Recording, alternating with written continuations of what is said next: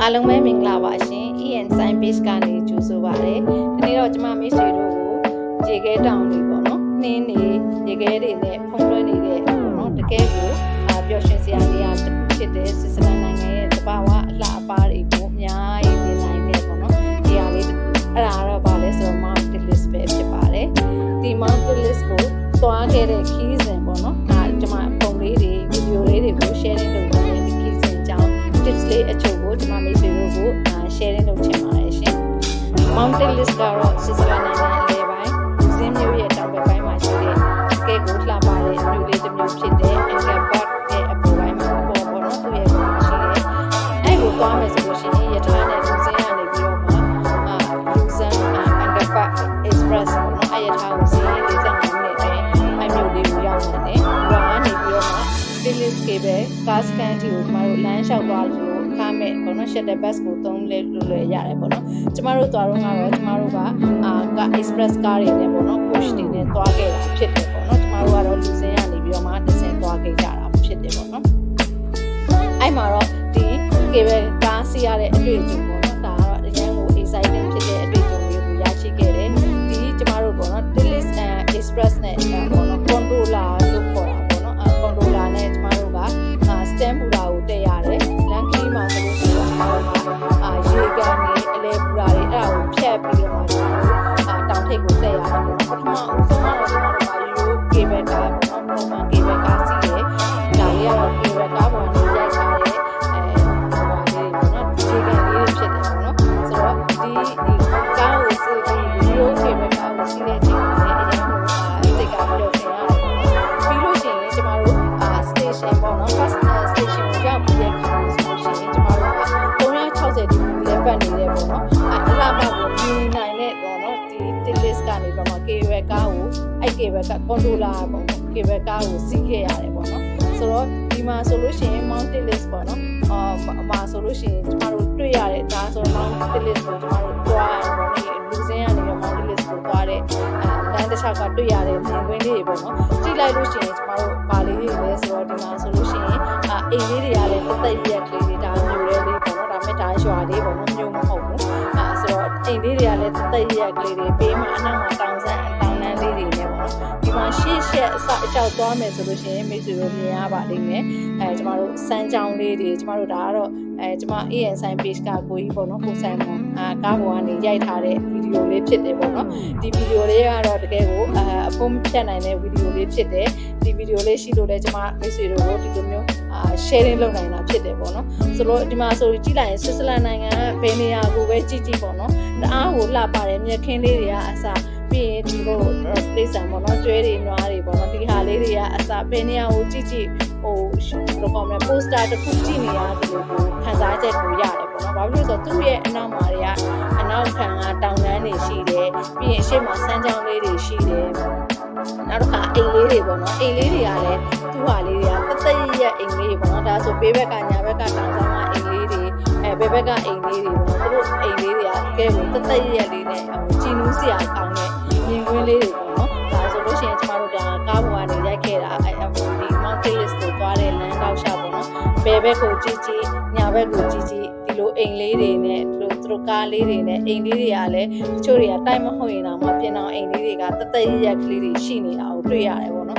်ဆိုတော့ကျမတို့လည်းကြည်ရင်နဲ့မျက်စိပတာတာဖြစ်လို့ကျမတို့ဒီလိုဗီဒီယိုလေးတွေတောက်လျှောက်ရိုက်လာခဲ့ကြတာဖြစ်တယ်ပေါ့နော်ဒါတော့ Mount Tillis ကိုအသွားပေါ့နော်ဒီဟိုတောင်ကျေကိုသွားတဲ့လမ်းလေးပေါ့နော်ဒီလမ်းမှာဆိုလို့ရှိရင်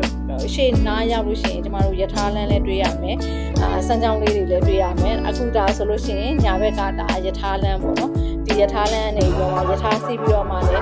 းဒီတောင်ကျေကိုပေါ့နော်ရထားနဲ့သွားလို့လည်းရတယ်အဲ့ဒါဆိုလို့ရှိရင်တော့လူစင်းကနေ45မိနစ်ပဲကြာတယ်ပေါ့နော်ကျမတို့ကတော့ကားနဲ့သွားခဲ့ကြတာဖြစ်တယ်ပေါ့နော်ဆိုတော့ဒါ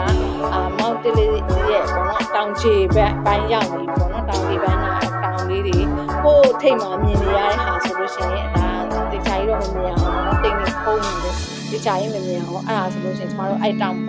ကိုသွားမှာဖြစ်တယ်ပေါ့နော်ဆိုတော့ဒါဆိုလို့ရှိရင်ဘေးဘက်မှာညာဘက်မှာရထားလမ်းဒီဘက်မှာကျမတို့ကားလမ်းဘေးတပွဲရမှာဆိုလို့ရှိရင်အိမ်လေးတွေလည်းအရန်ကိုကြည်နူးဖို့ကောင်းတယ်ပေါ့နော်ပျော်စရာလည်းတကယ်ကိုကောင်းတယ်ပေါ့နော်ဆိုတော့ တော့ဒီမှာဆိုလို့ရှိရင်ရှူကင်းနေတောက်လျှောက်ပေါ့နော်ဒီဘက်မှာဆိုလို့ရှိရင်သူတို့ကအဲ့ဆွစ်ဇာလန်နိုင်ငံမှာဆိုလို့ရှိရင်သူကရထားတွေကို electric တွေနဲ့ electric ရထားတွေဖြစ်တဲ့အတွက်ကြောင့်မို့ကျမတို့ဒီဟွာလေးတွေကအပေါ်ကတွေးတဲ့ဟာလေးတွေကရထားအတွက် cable လေးတွေပေါ့နော်ထားလာလို့ရှိရင်သူက electricity နဲ့ပဲမောင်းတာဖြစ်တယ်ပေါ့နော် sleep fuel တွေမသုံးမဲ့နဲ့ electricity နဲ့မောင်းတဲ့ရထားလေးတွေပေါ့နော်ဆိုတော့ဒီရထားလေးတွေကလည်းကြည့်လို့ရှိရင်ပေါ့နော်တအားလှတယ်ပေါ့နော်ပြောရင်တော့တအားလှတယ်လို့ပဲပြောလို့ရတယ်သူတို့လေးတွေပေါ့နော်ရထားလေးတွေနဲ့တောင်တန်းလေးတွေနဲ့အဲ့လိုဟာမျိုးလေးတွေပေါ့နော်ကျမတို့ဆိုလို့ရှိရင်တော့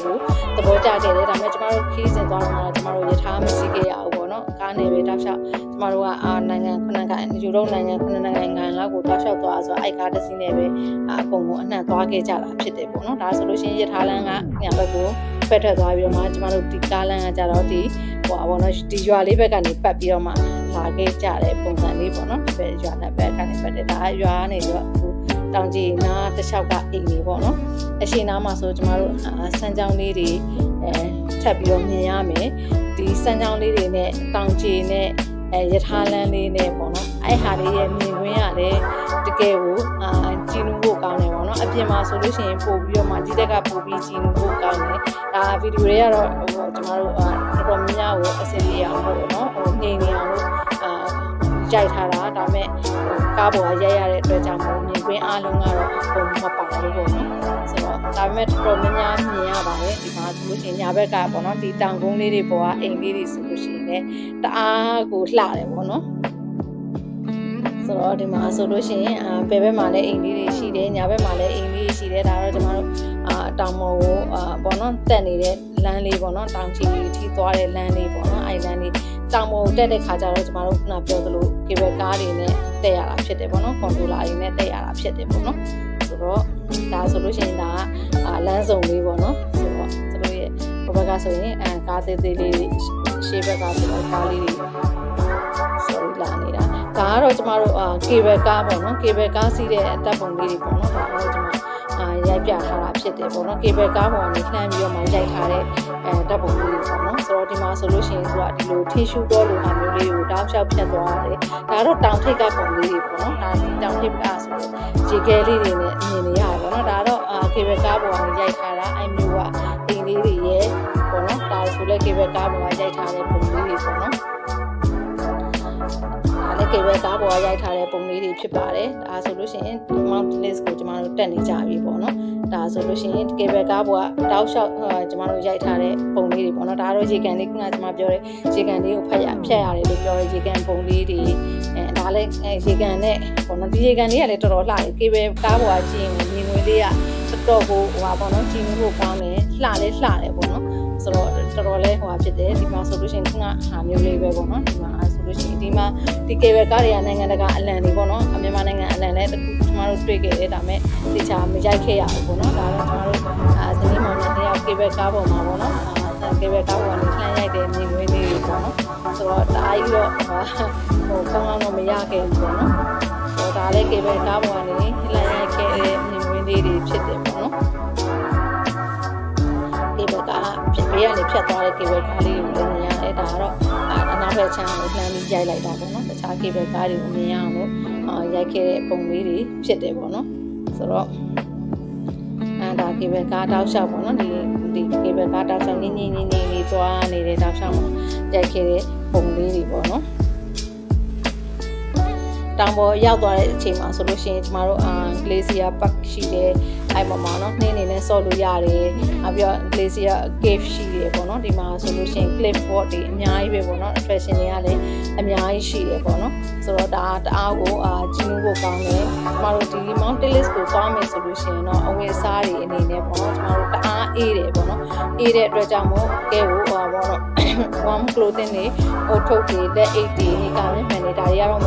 ရှိမဖြစ်လိုအပ်တယ်ပေါ့နော်နောက်ပြီးတော့ဟိုပါပေါ့နော်ဒီ cliff walk သွားတဲ့အခါမှာဆိုလို့ရှိရင်မချော်ဖို့အတွက်ပေါ့နော်ခုနကလည်းစိုးကောင်းလေးရှိထားတဲ့ဖနက်ကလေးကို စီးတင်တယ်ပေါ့နော်ဒီ mountain list ကိုသွားဖို့ဆိုလို့ရှိရင်အချိန်အနေနဲ့ပေါ့နော်ဒီနေ့ကုန်နီးပါးလောက်ပေါ့နော်အချိန်ကုန်တယ်ဆိုတော့မသွားခင်ကျမတို့မိုးလေဝသအချိန်တွေကိုတခြားကြည့်သွားရမယ်နောက်ပြီးတော့ travel pass တွေကိုကျမတို့ဝယ်သွားရမယ်ပေါ့နော်ဒါကတော့ကျမတို့ဒီသက်တာမှာပေါ့နော်ပျော်ရွှင်စရာကောင်းတဲ့ခီးစဉ်တစ်ခုလိုပဲပြောလို့ရတာပေါ့နော်ကျမတို့ဒီခီးစဉ်မျိုးကလည်းအများတန်းခဏသွားလို့မရဘူးအဲ့တော့သွားတဲ့အခါဆိုလို့ရှိရင်တေချာကိုယ့်ရဲ့ပေါ့နော်ဗီဒီယိုလေးတွေဓာတ်ပုံလေးတွေတေချာရိုက်ဖို့လည်းလိုအပ်တယ်ပေါ့နော်ဆိုတော့မိတ်ဆွေတို့အတွက်ဒီ travel tips အချို့ရရှိမယ်လို့မျှော်လင့်ပါတယ်အားလုံးကိုကျေးဇူးအများကြီးတင်ပါတယ်နောက် live များမှာလည်းနောက်ဗီဒီယိုများမှာလည်းကျမတို့ဒီလိုကြုံရင်ကြုံသလို travel tips လေးတွေကျမတို့သွားခဲ့တဲ့ခီးစဉ်တွေက tips လေးတွေကို sharing လုပ်သွားမှာဖြစ်ပါတယ်အားလုံးကိုကျေးဇူးအများကြီးတင်ပါတယ်တကယ်လို့များမိတ်ဆွေတို့အနေနဲ့ဒီလို travel tips တွေစိတ်ဝင်စားတယ်ခီးသွားတာတွေစိတ်ဝင်စားတယ် digital business ကိုစိတ်ဝင်စားတယ်ဆိုလို့ရှိရင်တော့ကျမတို့ရဲ့ channel လေးကို subscribe လုပ်ပေးဖို့တောင်းဆိုပါတယ်အားလုံးကိုကျေးဇူးအများကြီးတင်ပါတယ် bye bye